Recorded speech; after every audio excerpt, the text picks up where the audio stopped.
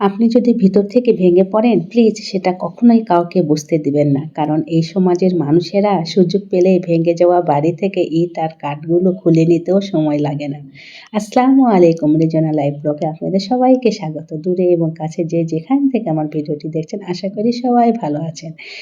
আর আলহামদুলিল্লাহ আমরাও ভালো আছি। তো আজকে কিন্তু খুব মিষ্টি সকাল, যে যেমন ঝলমলে রোদ তেমনি কিন্তু হালকা বাতাস, সব মিলে কিন্তু অনেকটা ভালো লাগছে। আর মাশাআল্লাহ আমার গাছে পুতুলিকা ফুলগুলো এত সুন্দর ফুটেছে রং বেরঙের, দেখে কিন্তু মনটা একদম ভরে যায়। আসলে মানে একটুখানি ছাদে এলে না কি যে একটা ভালো লাগা কাজ করে, মনে সারাদিনের এনার্জি বুঝি এখানেই থাকে। আর যেহেতু গাছ, ফুল, ফল, পাখি সবগুলো কিন্তু আমার ভীষণ পছন্দের। সারাদিন যখনই একটু সময় পাই এখানে এসে কিন্তু কিছুটা সময় কাটিয়ে নেই। আর ওই যে বললাম, প্রচণ্ড একটা ভালো লাগা কাজ করে। নির্মল বাতাস, গাছের ফুল, সবগুলো মিলে অনেক বেশি ভালো লাগে কিন্তু এই ছাদে এলে। তো যাই হোক, কাজে করার ফাঁকে কিন্তু চলে এসেছি। আর মাশাআল্লাহ রং বেরঙের ফুলে কিন্তু মন এবং চোখ দুটোই কিন্তু জুড়িয়ে গিয়েছে। মাশাআল্লাহ এই ফুলটা কিন্তু দুটো কালার একসঙ্গে এত ভালো লাগছিল। তো অনেক কথাই তো বললাম, আজকে আপনাদের সাথে শেয়ার করব ঘর সাজানোর জন্য ঈদে কি নিলাম। আসলে একটা ঘরকে সুন্দর করে সাজিয়ে তোলার জন্য একটা গৃহিণীর মানসিকতাই সবচাইতে বেশি দরকার। আর তারপরে যেটা দরকার হচ্ছে একটা সুন্দর বেডশিট, একটা পর্দা। সুন্দর বেডশিট আর পর্দা কিন্তু ঘরের সৌন্দর্যকে 90% সাজিয়ে তোলে। আপনি যতই ফার্নিচার থাক না কেন, সুন্দর যদি একটা বেডশিট থাকে আর যদি জানালা দরজার পর্দাগুলো খুব সুন্দর হয়, তাহলে দেখবেন ঘরটা মনে হয় হাসছে আর ঝলমল করছে। তো আমি কিন্তু সবসময় সুন্দর বেডশিটটা বেশি প্রাধান্য দেই। আমি আমার মতো করে এই পছন্দ করে বেডশিট দুটো কিনেছি ২ রুমের জন্য। মার্শাল্লাহ বেডশিট দুটো কিন্তু আমার কাছে ভীষণ, ভীষণ ভালো লেগেছে। আশা করি আপনাদের কাছেও ভালো লাগবে। আসলে অনেক দামি ফার্নিচার দিলেই যে ঘর সাজানো যায় তা নয় না। মনের মাধুর্য এবং সৌন্দর্য দিয়ে, আপনার রুচিবোধ দিয়ে ঘরটাকে আপনি যেভাবে সাজিয়ে তুলবেন, ঘর কিন্তু ঠিক সেই রকম করে আপনার সঙ্গে কথা বলবে। আর মার্শাল্লাহ আমি অনেক কিছু হয়তো আমার নেই, কিন্তু যতটুকু আছে ঠিক ততটুকু দিয়ে আমি আমার ছোট্ট সংসারটাকে সবসময় সাজিয়ে গুছিয়ে পরিপাটি করে রাখতেই কিন্তু বেশি পছন্দ করি। আর দুটো বেডশিটই কিন্তু খুব সুন্দর, কালার দুটো আলাদা, দুটো আলাদা। সব মিলে কিন্তু অনেক বেশি ভালো লেগেছে। ওই যে বললাম, একটা ঘরের সৌন্দর্যকে 90% তুলে ধরে বেডশিট আর জানালা দরজার পর্দা। তো যাই হোক, ঈদের জন্য নিয়েছি, যখন মানে বে আ বেডে বিছাবো অবশ্যই আপনাদের সাথে শেয়ার করব। আর আমি মনে করি যে মনের সৌন্দর্য কিন্তু ঘরের সৌন্দর্য সবচাইতে বেশি। একখানা ঘর করে মানুষ কত না গলা শুকায়।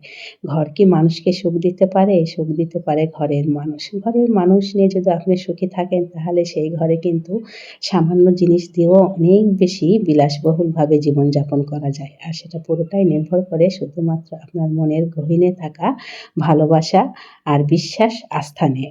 আর এই যে এই দুটো নিয়েছি, দুটো ওয়ারড্রোবের জন্য নিয়েছি।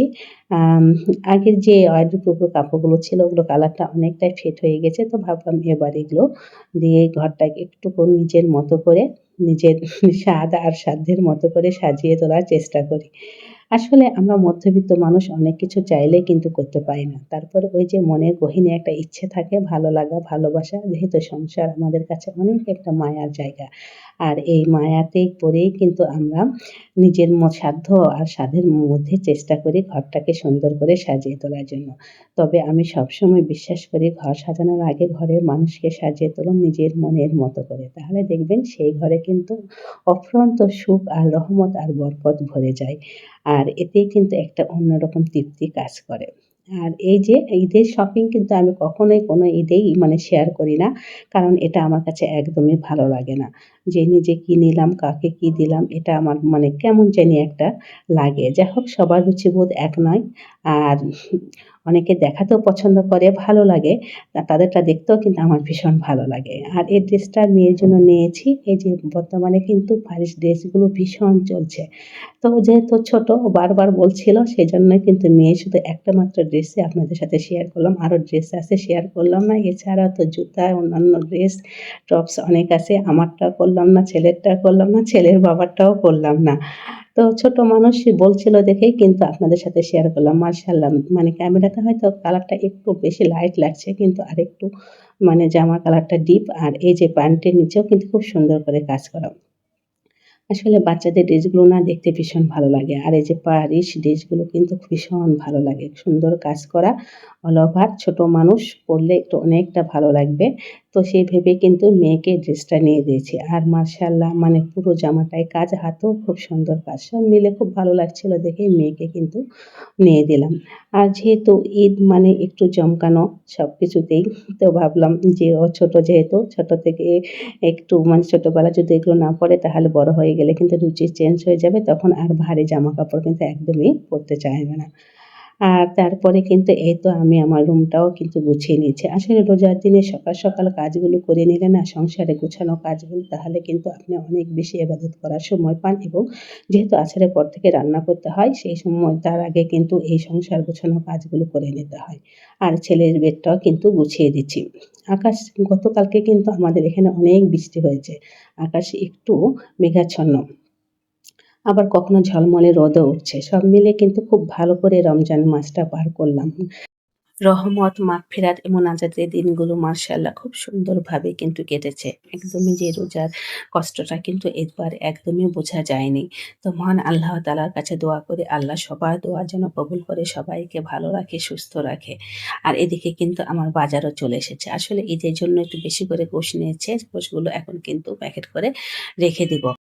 আমার ভিডিওগুলো কিন্তু একদমই ছোট হয়। তো স্কিপ না করে অবশ্যই পুরোটা দেখবেন আর আমার ছোট্ট পরিবারটির পাশে থেকে যাবেন। আপনাদের সহযোগিতা, ভালোবাসা নিয়ে কিন্তু সামনে এগোতে চাই। আর যেহেতু মন মানসিকতা একদমই ভালো না, সে কারণে কিন্তু রেগুলার ভিডিও দিতে পারি না। সবার পরিবারে যেতেও পারি না। তবে ইনশাআল্লাহ চেষ্টা করব আপনারা আমার পাশে থাকবেন। সকলের সুস্বাস্থ্য কামনা করে আজকে এখানেই বিদায় নিচ্ছি।